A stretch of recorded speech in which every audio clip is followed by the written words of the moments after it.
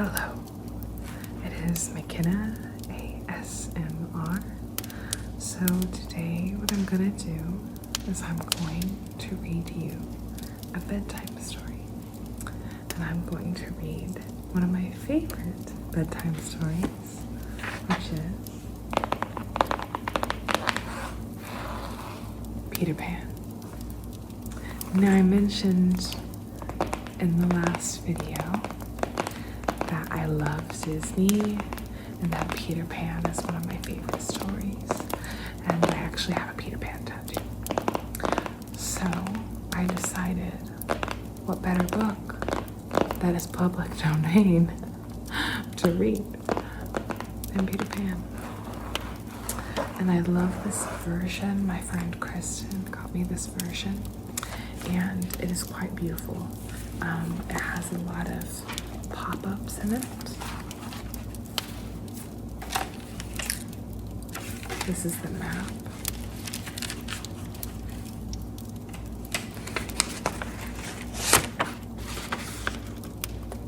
It has the map of Neverland. And it has some other cool things. But I really love this book. It's one of my favorites. So what I'm gonna do is I'm going to read a little bit for you and kind of in a soft-spoken voice. So hopefully this will be a little bit relaxing for you. I'm actually gonna start kind of in the middle of chapter 1. Just at a good starting point. And then I'm going to just kind of end where I feel like is a good stopping point. So without further ado, I'm going to get started. So, Wendy came first, then John, then Michael. For a week or two after Wendy came, it was doubtful whether they would be able to keep her, as she was another mouth to feed. Mr. Darling was frightfully proud of her, but it was very honorable, and he sat on the edge of Mrs. Darling's bed, holding her hand, calculating expenses while she looked at him imploringly. She wanted to risk it, come what might, but it was not his way. His way was with a pencil and a piece of paper. And if she confused him with suggestions, he had to begin again at the beginning. Now, don't interrupt, he would beg her.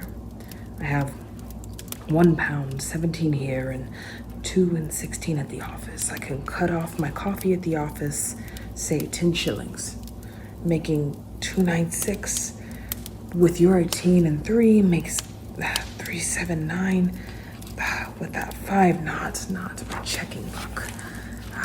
Make that 879. Who's moving? 879 dot, carry the 7. Don't speak. My own and pound that you lent that man at the door the other day. Quiet child. Dot, carry, child. There, you've done it. Did I say 79? Yes, I said 79. The question is, can we try for a year at 997? Of course we can, George, she cried, but she was prejudiced in Wendy's favor, and he really was the grander character of the two. Remember mumps, he warned her, almost threateningly, and off he went again. Mumps, £1, and that was it I would have put down, but I dare say it will be more like 30 shillings. Oh, don't speak of measles, 1.5. German measles, half a guinea. Makes 2.15.6. Don't waggle at your finger. Whooping cough. Say 15 shillings.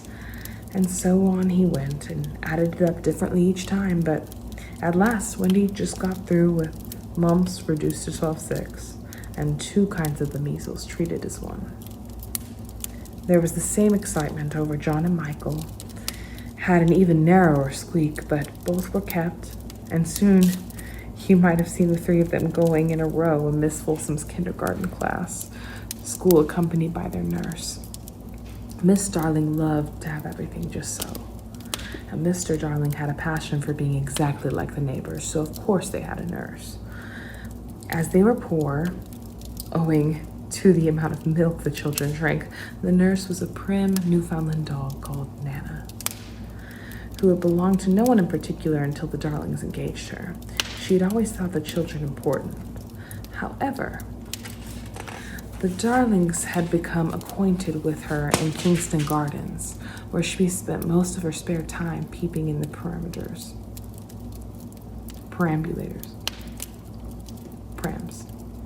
the carriages, if you know, that they push the children in. It doesn't matter. And was much hated by careless nursemaids whom she followed to their homes and complained of to their mistresses. She proved to be quite the treasure of a nurse. How thorough she was at bath time. And up at a moment in the middle of the night to take her charges, made the slightest cry. Of course, her kennel was in the nursery. She had a genius for knowing when a cough is a thing to have no patience with and when it needs stocking around your throat. She believed to her last day in old-fashioned remedies like rhubarb leaf and made sounds of contempt over all this newfangled talk of germs and so on.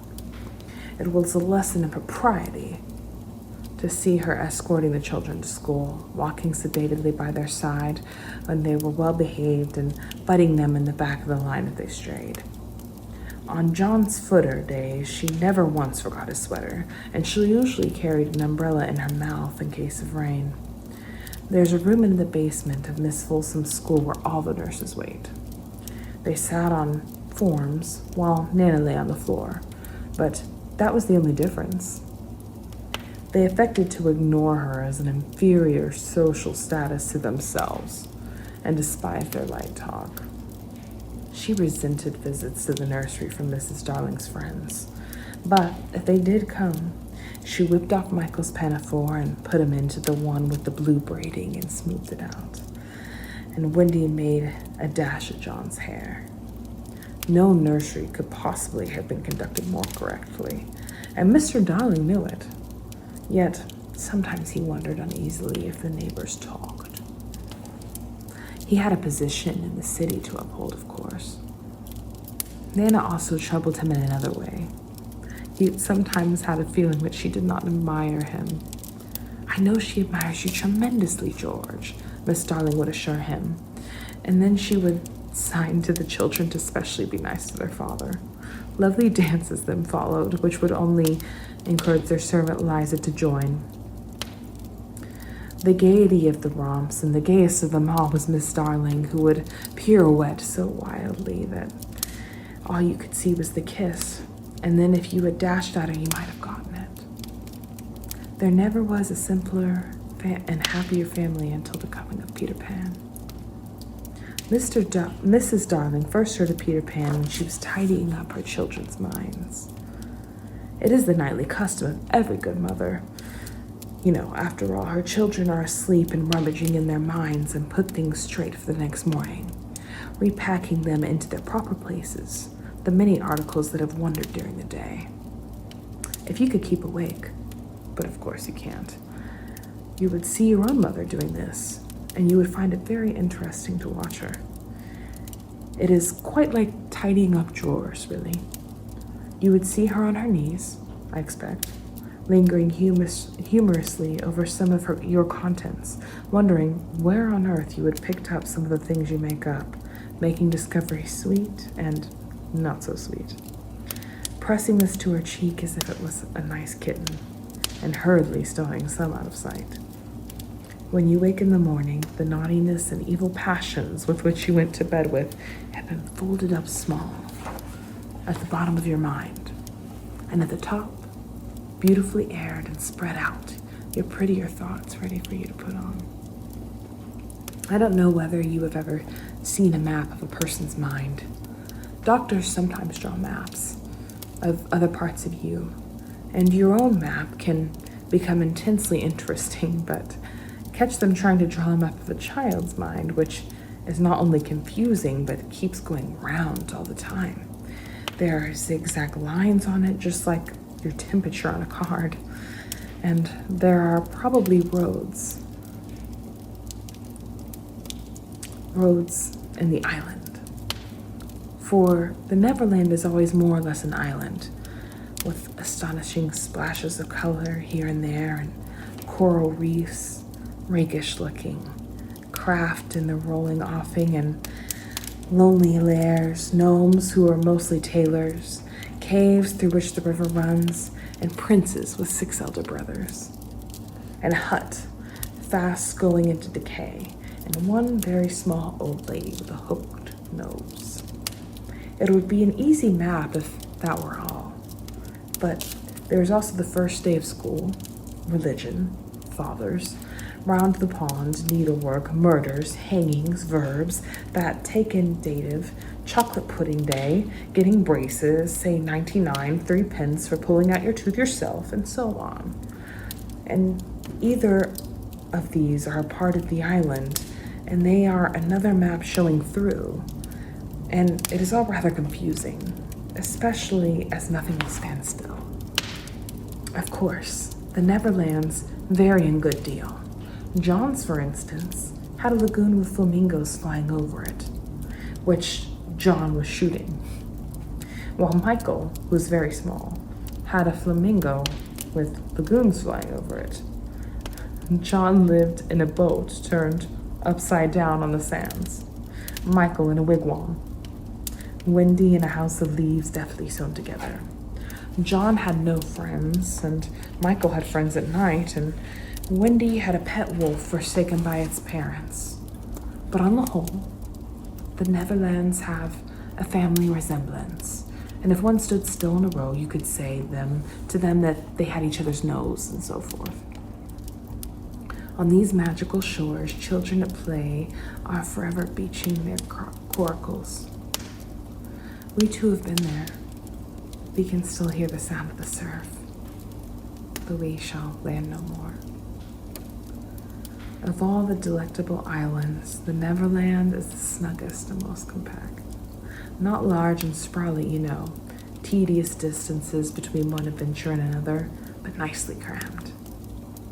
When you play at it by day with the chairs and the tablecloth, it is not the least alarming, but in 2 minutes before you go to sleep, it becomes very real. That is why there's night lights. Occasionally in her travels through her children's minds, Miss Darling found things she could not understand. And of all these, quite most perplexing was the word Peter. She knew of no Peter, and yet here he was in John and Michael's minds, while Wendy began to be scrawled all over with him. The name stood out in bolder letters, more than any other. And as Miss Darling gazed, she left that it had an oddly cocky appearance. Yes, he is rather cocky, Wendy admitted with regret. Her mother questioned her. But who is he, my pet? He's Peter Pan. You know, Mother. At first, Miss Darling did not know, but after thinking back in her childhood, she had remembered a Peter Pan who was said to live with the fairies. There was odd stories about him, as that when children died, he went part of the way with him, so that they would not be frightened. She had believed in him at one time, but now that she was married and full of sense, she quite doubted whether there was such a person. Besides, she said to Wendy, he will be grown up at this time. Oh no, he isn't grown up, Wendy assured her confidently. He's just my size. She meant that he was her size in both mind and body. She didn't know how she knew, she just knew it. Miss Darling consulted Mr. Darling, but he smiled. Pooh-pooh. Mark my words, he said. It's some nonsense Nana has been putting into their heads. Just the sort of idea a dog would have. Leave it alone, it will blow over. But it would not blow over. And soon Troublesome Boy gave Miss Darling quite a shock. Children have the strangest adventures without being troubled by them. For instance, they may remember to mention, a week after the event had happened, that when they were in the wood, they had met their dead father and had a game with him. It was the casual way that Wendy one morning made a disquieting revelation. Some leaves on a tree had been found in the nursery floor, which certainly were not there when the children had went to bed, and Miss Darling puzzled over them. When Wendy said, with a tolerant smile, "Oh, I do believe it was Peter again," Whatever do you mean, Wendy? It's so naughty of him not to wipe his feet, Wendy said, sighing. She was a tidy child. She explained in quite a matter-of-fact way that she thought Peter sometimes came into the nursery at night and sat on the foot of her bed and played his pipes to her. Unfortunately, she never woke up, so she didn't know she knew. She just knew. What nonsense you talk of, Precious. No one can get in the house without knocking. I think he comes by the window, she said. My love, it is 3 floors up. Were not the leaves at the foot of the window, Mother? It was quite true. The leaves had been found very near the window. Miss Darling didn't know what to think, for it all seemed so natural to Wendy that you could not dismiss it by saying she had dreamed it all. My child, the mother cried. Why did you not tell me before? I forgot, said Wendy lightly. She was in a hurry to get to her breakfast. Oh, surely she must have been dreaming, but on the other hand, there were leaves. Miss Darling examined them carefully. They were skeleton leaves, but she was sure they did not come from the tree that grew in England. She crawled about the floor, peering at them with a candle for marks of a straight foot. She rattled the poker up the chimney and tapped the walls. She let down the tape from the window to the pavement, and it was a sheer drop of 30 feet without so much as a spout to climb up by. Certainly Wendy must have been dreaming, but Wendy had not been dreaming, as it was the very next night showed, the night which extraordinary adventures of these children might have begun. On the night we speak of, all the children were once more in bed. It happened to be Nana's evening off, and Miss Darling had bathed them and snugged them one by one, and then she let go of their hand, and they slid away into the land of sleep. All were looking so safe and cozy that she smiled at her fears now and sat down tranquilly by the fire to sew. It was something for Michael, who on his birthday was getting into shirts. The fire was warm, however the nursery, dimly lit, 3 night lights, and presently the sewing lay on Mrs. Darling's lap. Then her head nodded so gracefully. She was asleep. Look at the 4 of them, Wendy, Michael, over there John, here, and Miss Darling by the fire. There should have been a 4th night light. While she slept, she had a dream. She dreamt that the Neverland had come too near, and the strange boy had broken through from it. He did not harm her, for she thought she had seen him before in the faces of many women who had no children. Perhaps he is to be found in the faces of some others also. But in her dream, he had rent the film that obscures the Neverland, and she saw Wendy, John, and Michael peeping through the gap. The dream by itself would have been a trifle, but while she was dreaming, the window of the nursery flew open, and a boy did drop on the floor.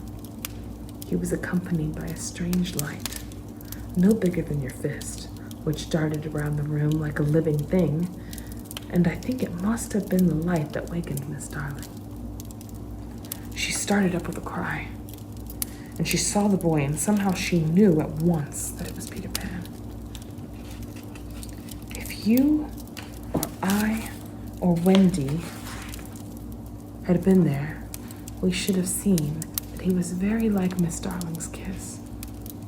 He was a lovely boy, clad in skeleton leaves and the juices that ooze out of the trees. But the most entrancing thing about him was that he had had all his first teeth. When he saw she had grown up, he gnashed the little pearls at her. And that is the end of chapter 1. So I hope that you enjoyed that, and I apologize for my puppy whining in the background. I hope that you can't hear it. But anyway, I will be posting more videos. I'm sorry that I posted this a day late. I kind of had a crazy day Thursday, but I will continue to post twice a week. So my goal is Tuesday, Thursday, but if it's not, it'll probably be more likely Tuesday, Friday. But anyway, thank you so much for watching, and please comment below with suggestions of videos you would like to see, or just suggestions of things I could do. Anyway, I love y'all. Bye, loves.